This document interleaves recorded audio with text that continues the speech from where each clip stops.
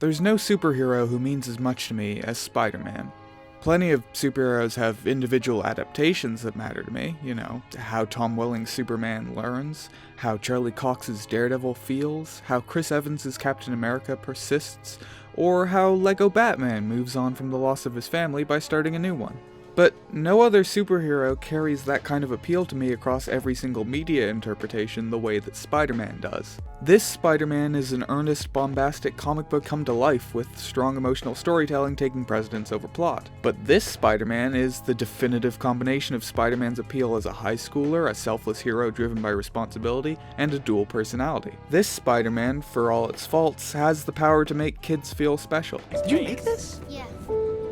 This is a wind turbine. You make this? No way. This is amazing. As good as new, right? But this Spider-Man puts you in his shoes and lets you experience a perfectly crafted Spider-Man story from his perspective.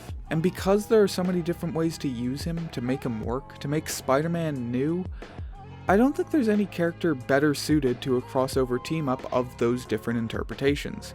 No other character that earns that premise and then clearly demonstrates the ways in which it can shine a light on new sides of the character in ways that no other story could. I love seeing multiverse crossovers in any franchise I like, but it works especially well for Spider-Man. And I never really thought I'd get to see that in a movie.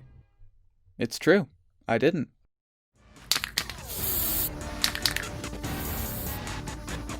Alright, let's do this one last time. How about a history lesson? It's December 10th, 2014. I'm 14 years old, and this video has just popped up in my feed. Hey, what's happening, guys? Following all the recent news from the Sony leaked emails, such as Sony approaching Sam Raimi and their talks with Marvel about Spider-Man appearing in Civil War, we've got something else here as well, coming from the same sources, that apparently, apart from all their deals with the Spider-Man cinematic universe, Sony are actually developing an animated Spider-Man comedy film, which will be produced by Phil Lord and Chris Miller. An animated Spider-Man movie, from the minds behind the Lego Movie, which had just finished redefining what filmmakers could do with 3D animation. This was going to be awesome. Fast forward 3 long years, past the evaporation of Mark Webb and Andrew Garfield's Spider-Man cinematic universe, past the dramatic entrance of Spider-Man into the Marvel cinematic universe, and past the creation of a little YouTube channel by the name of Brightside Reviews. December 9th, 2017. The first teaser trailer for this animated Spider-Man movie was finally released. This morning I woke up in the fortress of distortion. I'm at war with my emotions.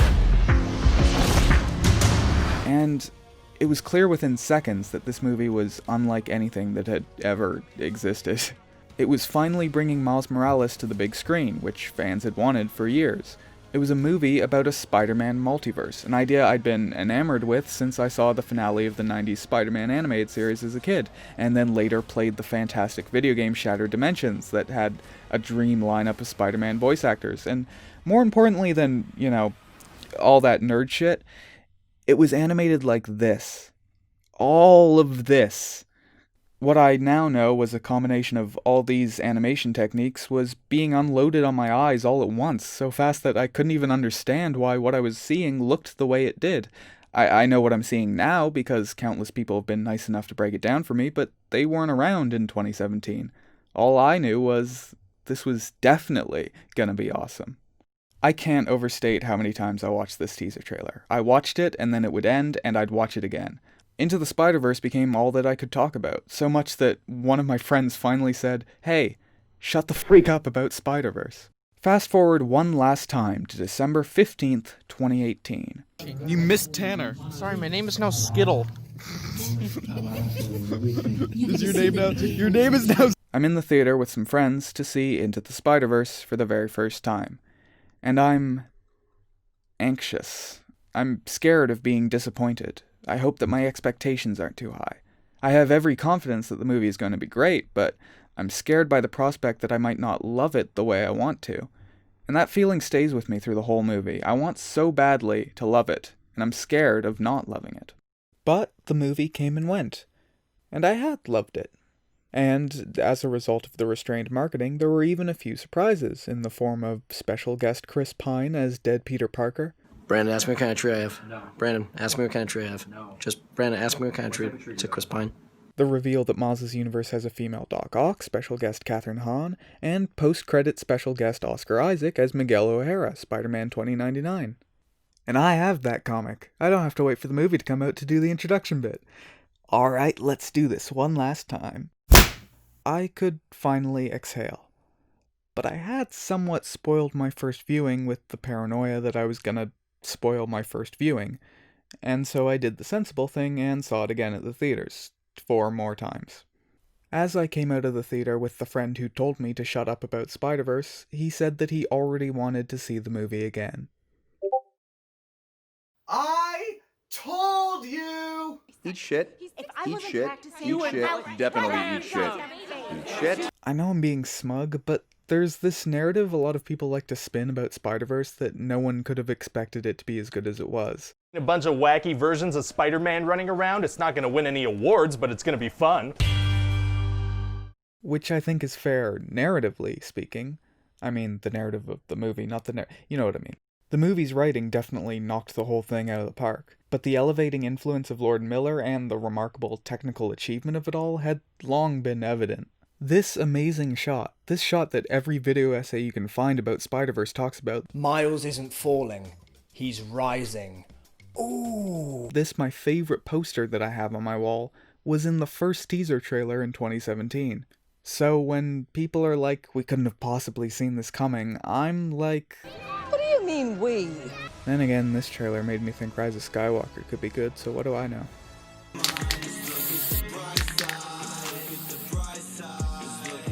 Alright, let's do this one last time. Fun fact, before I saw Avengers Infinity War, I was in a class and heard people talking about it, and so I thought it would be funny, having not seen the movie, to yell out a fake spoiler. Something obviously fake so as to not upset anyone, something the movie would never ever reasonably do. I went for Spider-Man Dies. Alright, let's do this one last time.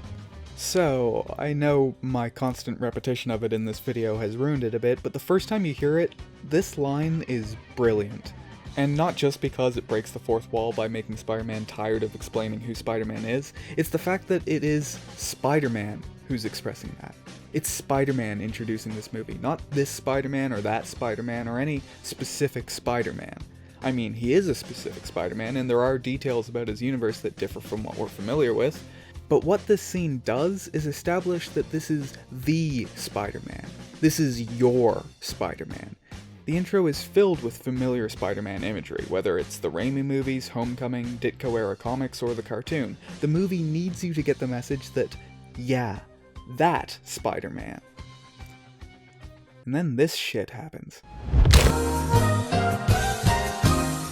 Somebody asked, what if we took the most shocking graphic scene from Daredevil, embarrassed me in front of her, replace the guy getting his head crushed with what we've just established is everyone's Spider-Man, from little Timmy to his grandfather, the abstract idea of Spider-Man made flesh, then put that death scene in our PG movie. And they know exactly what they did, because after they made this Spider-Man matter to people in 74 seconds flat, after making Spider-Man's death matter to people, they show it mattering to people. We interrupt this broadcast for a special report. The hero known as Spider-Man has died. This scene makes me cry. This scene still makes me cry. I've seen this movie so many times, and the sound of the news bulletin still makes my heart drop into my stomach. The look on the kid from Coco's face still hits me hard. And so does that music insisting I'm not scared. Because people are scared. Spider-Man dying is scary because Spider-Man matters. I think establishing this Spider-Man as a quote-unquote Raimi-esque Spider-Man doesn't just appease nostalgic fanboys who haven't moved on from the Spider-Man they liked as a kid. It means that, like the Spider-Man in the Raimi trilogy, this Spider-Man seems to be the only superhero that exists. I thought I was the only one. It isn't ever said in Spider-Verse that the Avengers don't exist in these universes, nor is it said in the Raimi trilogy that Spider-Man's the only superhero. What are we gonna call this guy? Dr. Octopus. That's crap. Doctor Strange. That's pretty good. But it's taken. But obviously Sony doesn't have those toys to play with, so taking these movies as they're presented to you, you get the sense that there's no one else around to protect New York if Spider-Man's gone. If other heroes do exist, then where the hell are they while all this is going on? And we get to see the people that directly affects in Spider-Verse, the people of New York who've just lost the only hero standing between them and the best rogues gallery in superheroes. Come at me, Batman fans, I'm not scared of you. I want to briefly compare this with Spider-Man's death scene from Infinity War, since 2018 was a big year for Spider-Man dying. Did you start? I don't feel so good. Well, not really, but we all knew that, right? In Infinity War, one person reacts to Spider-Man dying: Iron Man. In this world, Spider-Man is, for all intents and purposes, Iron Man's surrogate son, and this movie has already put the work in establishing that relationship as one of the important things Tony wants. So this scene leaves an impact if the movie's done its job and you're invested in Iron Man's relationship with Spider-Man. But this scene isn't just Spider-Man the character dying, it's Spider-Man the platonic ideal dying. And if that isn't balls on a filmmaker, I don't know what is. Hey, can we talk about how in the 90s animated Spider-Verse, one of the Spider-Mans is just a dude? Like, this guy isn't Spider-Man, this is an actor who plays Spider-Man from a universe where, like in ours, Spider-Man is fictional, as far as we know. I want a movie about that guy. Just like a not very successful actor who thought he was getting his big break in a major superhero movie, and now he's inside a comic book and improving his way through it with no superpowers. If I had to cast it right now, it's Ben Schwartz. Anyway, thanks for watching. Click below to subscribe to my Vimeo.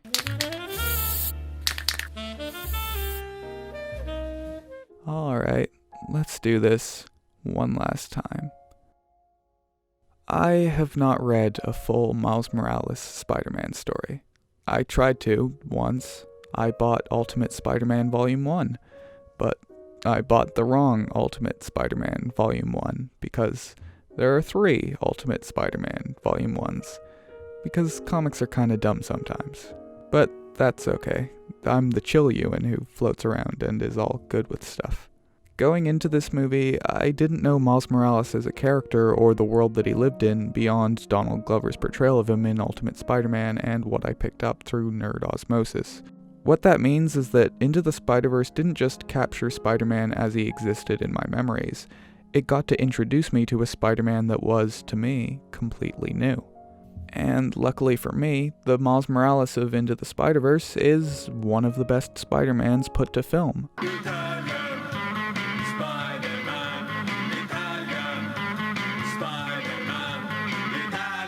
They pulled it off. They made Spider-Man new in a medium that had tried to make Spider-Man new twice in the last 6 years, and they managed to make me excited about it. Jake Johnson's performance as Peter B captures an aging Spider-Man that fits exactly into how I think of the Spider-Man of my childhood from the 90s cartoon and the Raimi movies, and where that character would end up with an extra decade and a few more bad days on his back. But the movie works because of Shameik Moore's Miles Morales. The movie's allowed to rush the introductions of all the side Spider-Mans because it takes its time crafting Miles' origin. It can say, hey, whatever, it's Spider-Man. You know Spider-Man with Peter, because in Miles it gives us a fresh Spider-Man to focus on. A Spider-Man who comes with new character relationships that Peter never had, a cultural context that's different from Peter's, a different personality, a different sense of humor. And all that difference isn't jarring. Not just because this isn't Peter Parker, not just because we have multiple Peter Parkers present, but because Miles still has the key ingredients that make Spider-Man Spider-Man. We still see him get bitten by a spider. He's still driven by responsibility. Great ability comes great accountability. That's not even how the saying goes, Dad. Everything's there, it's just a little bit different. Like Uncle Aaron. Can we talk about Uncle Aaron? Miles has his own Uncle Ben, but his Uncle Ben is a supervillain, which is another surprise for most audiences because the Prowler, and in particular Aaron Davis as the Prowler, hasn't gotten a lot of exposure outside the comics, and most people watching Into the Spider-Verse haven't read those comics. I hadn't read those comics. I didn't know his uncle was a supervillain. I should have, because Donald Glover played the same uncle in Homecoming and I remember people pointing it out, but this scene still came as a surprise to me. And I really like being surprised. Yeah, the movie repeats the uncle dying on the street moment that a lot of people are tired of seeing, but it keeps that beat from being stale by embedding it in this complicated relationship that feels completely new, rather than ignoring the beat altogether. And yeah, there's plenty of shenanigans to distract you from the origin story, which leaves these moments scattered across the movie, but if you cut all of that out, the movie you're left with, the movie that's just about this Miles becoming Spider-Man, could absolutely stand on its own. And not just because of, how this movie looks. Like, how do you even go about complimenting the art direction and animation for a movie as jaw-droppingly gorgeous as this?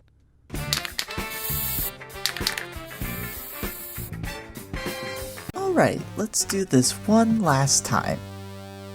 So over the past year, I've been learning how to use 3D animation software, and can I just say, Spider-Verse just kind of broke all the rules in the best way possible. They took comic books aesthetics, combined it with 2D animation principles, and then pushed it all into 3D to add a sense of dynamism and complexity that would have been near impossible in 2D. Well, with a budget anyway. It's amazing how much work was put into developing and pushing tech just to accomplish this one specific, beautiful look. Can we talk about how they literally trained AI to perfectly place 2D lines onto the characters' faces? That's insane and hyper-specific, and I love it. That's not the only example, though. Adding in frames that are hand-drawn as a sort of replacement for impact frames, duplicating parts of the model to act as smears, whatever the heck they did to make this happen. They made Kirby Crackle 3D. They took an amorphous, abstract representation of light and energy and made it into a physical, dynamic object in a 3D space. And they made it completely seamless and beautiful.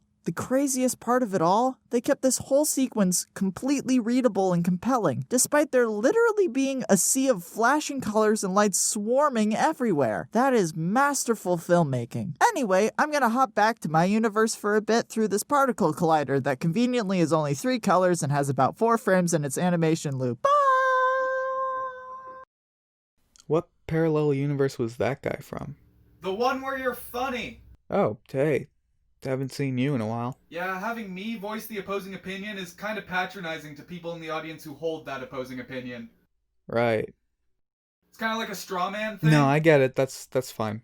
I'll just try to only use you when I need to acknowledge salient potential criticism. Hey, you know all this self-referential meta stuff is really self-indulgent, right? Yeah, that's more like it.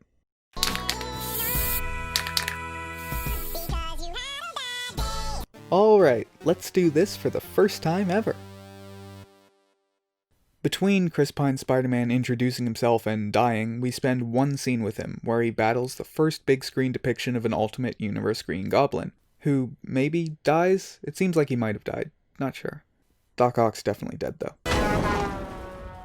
Anyway, there's one part of this scene that stands out to me, one line. It's not the quipping or comforting Miles with confidence and reassurance, it's this. I am so tired. Make him relatable by being so tired right there. That's a real Peter Parker-y thing. I always find myself reading way into this line. Maybe it's completely surface level. He's been fighting the Green Goblin and it's tired him out. But I think he's tired in this moment because he has to fight the Green Goblin on top of all the other stuff he has to do as Peter Parker that we never see. This fight has probably come at the end of a long day of working as Peter Parker and then Spider-Manning as Spider-Man. He's burning both ends, as he has to, and it's taking its toll on him. And this line especially stands out to me because just a few minutes later, Peter Parker is dead. I like that he's exhausted at the idea of being killed. Right. Just like with that eye roll. We're told repeatedly by both Peters that he always gets back up. So no matter how many hits I take, I always find a way to come back. Did you get up? Yeah. Yeah, I always get up. Because you know what? No matter how many times I get hit, I always get back up. No matter how many times you get hit, can you get back up?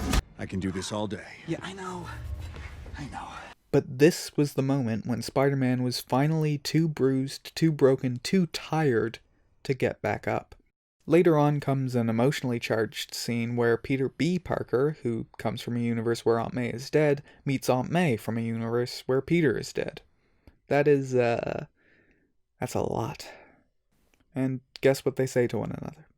You look tired, Peter. Well, I am tired. We're shown that this Peter has been through more than the one that died. Chris Pine Peter was 26, Peter B is 38. Chris Pine's Peter is in part the platonic ideal of Spider-Man because he's in his prime, while Peter B is explicitly at a stage in his life where he feels past his.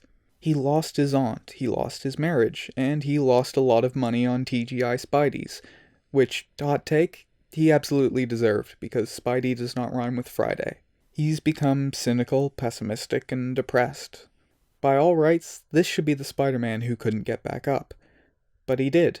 He does. Once he's thrown into this new universe, he helps Miles and does what he has to save the multiverse. But he also tries to sacrifice himself. When Miles doesn't seem like he'll be able to use the goober and send the others back, Peter immediately volunteers to do it himself and stay behind, which he knows would end with, "You stay in this dimension too long, your body's gonna disintegrate." Granted, all of the Spider-Mans have that selfless drive to sacrifice themselves, but Peter B is particularly insistent. In the end, Miles is able to send the others back, but this still doesn't stop Peter. Your turn. Yeah. Right. I'll hold him off. You shut this down. Peter, that wasn't the deal. I can't let Spider-Man die. Neither can I. It's okay. Yeah, it is okay. You gotta go home, man. Peter isn't just tired, he isn't just depressed. He wants to die. And that's heavy as HE double hockey stick for a cartoon Spider-Man movie. Superheroes are meant to be inspiring figures, modern gods, icons of determination and courage. So to give one of, if not the most popular superhero, a demonstrable death wish, is a bold move to say the least. But Spider-Man isn't like other superheroes. He is inspiring, but he isn't infallible. He's human, he has doubts, he makes mistakes. That's what makes him relatable, and that's what other superheroes have since tried to imitate, for better or for worse. Why aspire to be Superman when it's so much easier to relate to Spider-Man? And that makes a representation of depression that much more important. I can't think of another superhero on film who's come this close to entirely giving up. At least not one who actually has the capacity to die. And having someone help him overcome that is really reassuring, especially when self-sacrifice is almost universally depicted as completely heroic in movies. You don't have to sacrifice yourself, Peter. You just have to get back up. That got sad. Can we talk about something fun?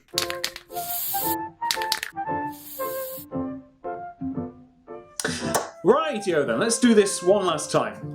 A couple of years ago, an advert started at the cinemas around here, which showed a cinema all decrepit and fallen down. And then you would look inside, and there would be people happily enjoying the film on the seats in the cinema, and then they would fade away, and there would just be dust all over the seats, and they would start to crumble and fall apart. And text would come up saying, like, this is what's going to happen to this cinema, this is what's going to happen to all the cinemas if you carry on with your piracy nonsense.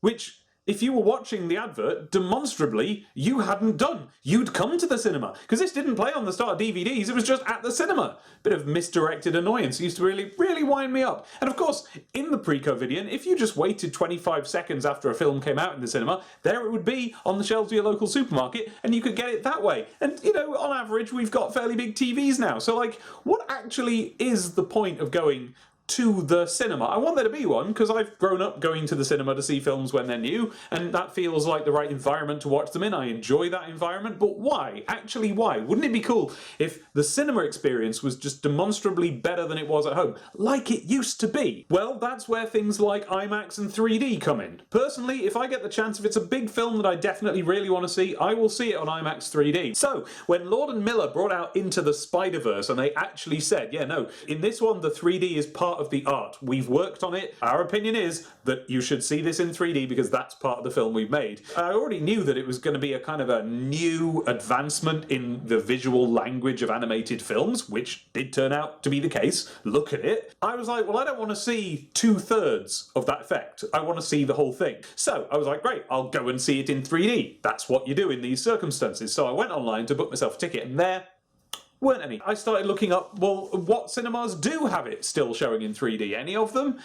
And one of them did, anywhere in the whole country, and it was in Liverpool, and we had to drive, we live in Manchester, driving to another city to watch, you know, the latest Spider-Man films just to see it in 3D. Didn't sound like a sensible thing to do? God, it was worth it. I wish I could explain to you what it's like. You haven't seen the effects in Into the Spider-Verse until you've seen them in 3D. Every single one of them. All that jittering about that they do as things skip between realities, that is... Oh, you watch all those bubbles, those Kirby dots flying around you. It is an incredible experience. They really built something absolutely amazing with the graphics in this film. If your opinion is that you prefer watching films in 2D, then that's fine, and the film is good in 2D, but you should see what it looks like. There aren't many films that I'll say that you've got to see what they look like in 3D. There's a couple. Funnily enough, the Lego Movie is one, and that's another Lord and Miller film. Everything you see on screen is made out of, like, not just 3D pieces, but 3D pieces that you are familiar with in real life. And to watch it in 3D, it feels like you're looking at Lego. It's incredible. And Spider-Verse again, Lord and Miller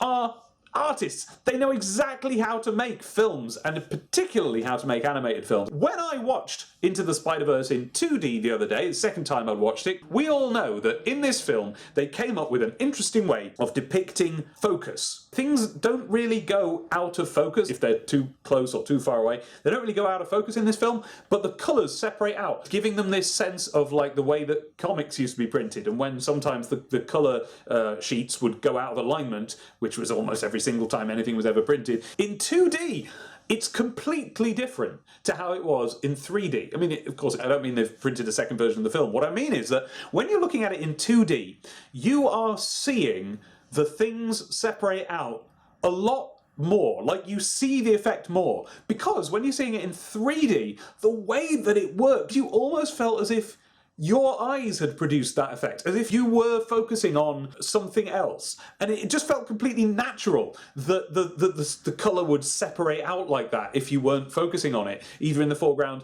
or in the distance. Because of that foreground and distance actively being part of the shape that you were seeing in front of you, it felt like a natural, almost accidental artifact of that effect, of that 3D. You felt like you were in a new environment that you hadn't been in before, which of course is kind of like what the point of the art direction of the whole film is. In 2D, that effect is lost. A different effect is gained in its place, and an equally interesting one, where you're being informed on what's in focus and out by this separating of colours. But in 3D, you already know, and it just has this interesting sort of lensing effect that, I don't know what the word for it is, but it's like you're watching the film through a prism or something, and you can feel the lasers, the different colours, the rainbow colours spreading out around you.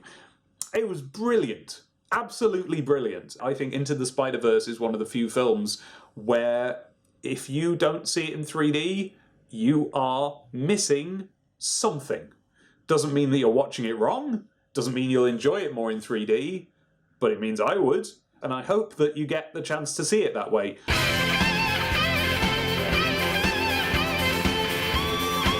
Hey, can we talk about the seahorse scene?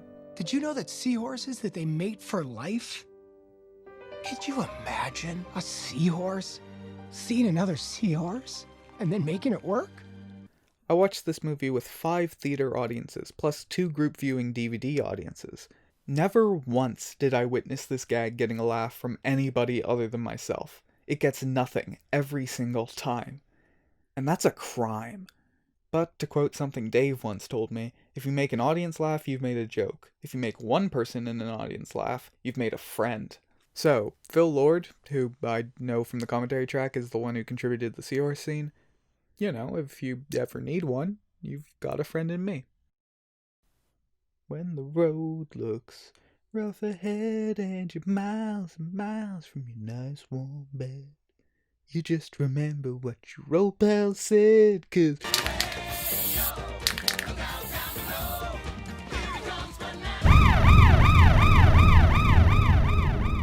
Alright, let's do this one last time. I love all of the Spider-Mans in this movie. I love Haley Steinfeld's Spider-Gwen, the way she starts appearing in the background leading up to her entrance, and her own implied investigation that we don't get to see. So you're like new here, right? We got that in common. Yeah, that's one thing. Plus, it's a Spider-Woman in a movie. That's been a long time coming.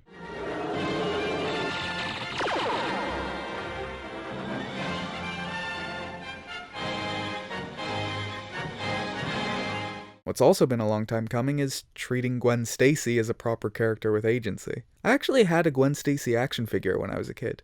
You want to see what it looked like?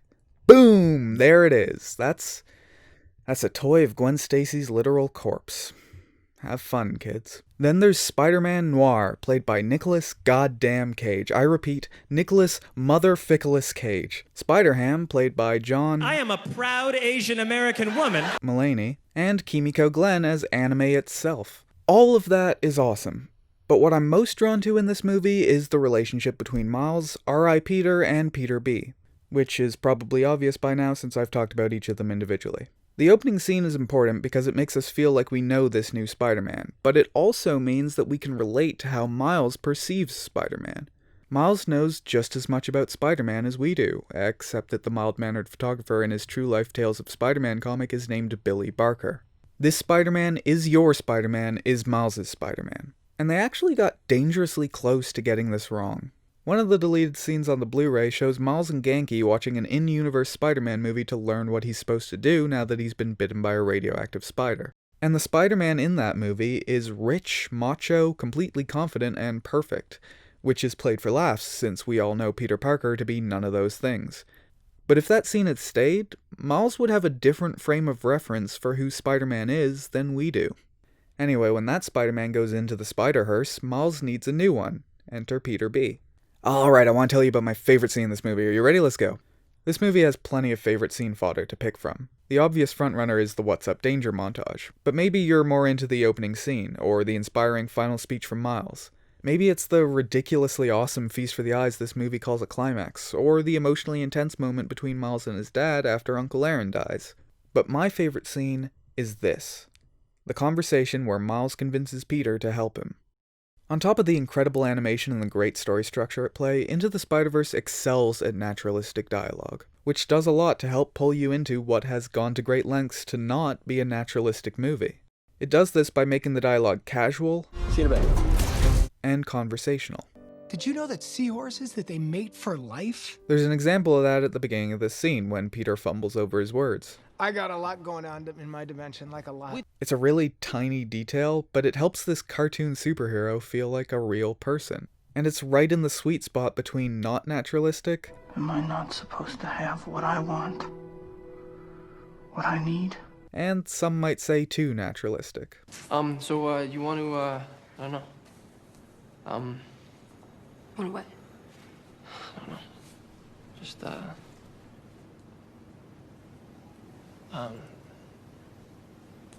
The actual content of the dialogue in this scene isn't super special.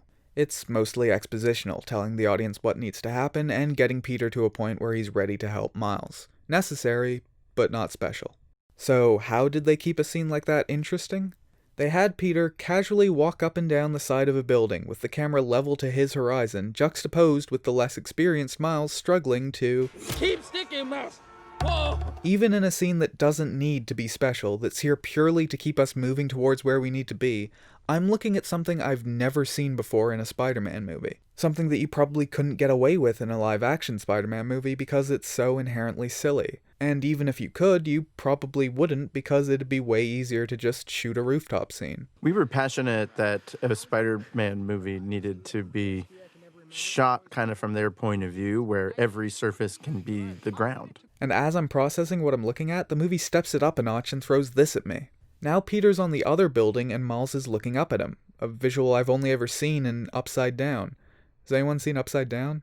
Underrated movie. I mean, it's pretty janky as a story, but as a showcase of cool and original visuals, it's super enjoyable. Anyway, back to Spider-Verse. I love this scene. I love how it makes us feel like Spider-Man. One thing I don't think superhero movies do enough is try to capture subjectively what superpowers feel like. And for being one of Spider-Man's main powers, I don't think we've really had a great wall-crawling scene since the very first time he did it.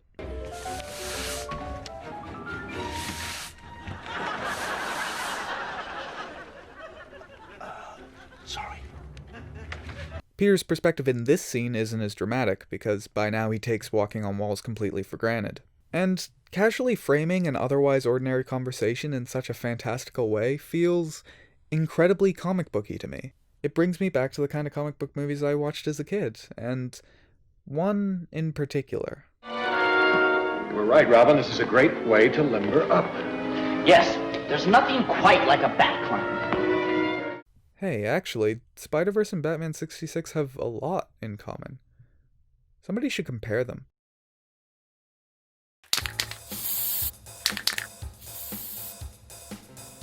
Alright, let's do this one last time.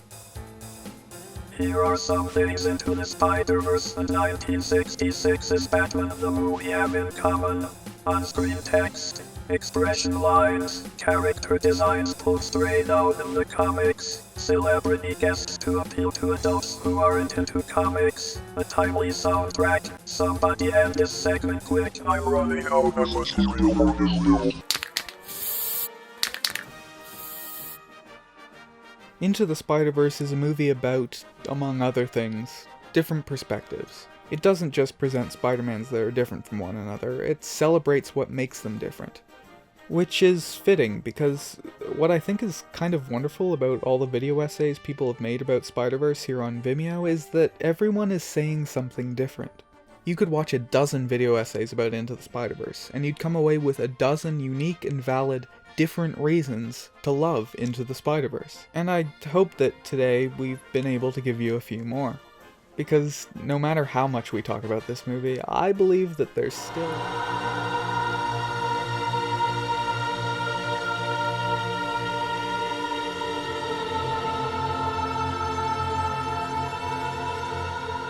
Greetings. It's good to see you all.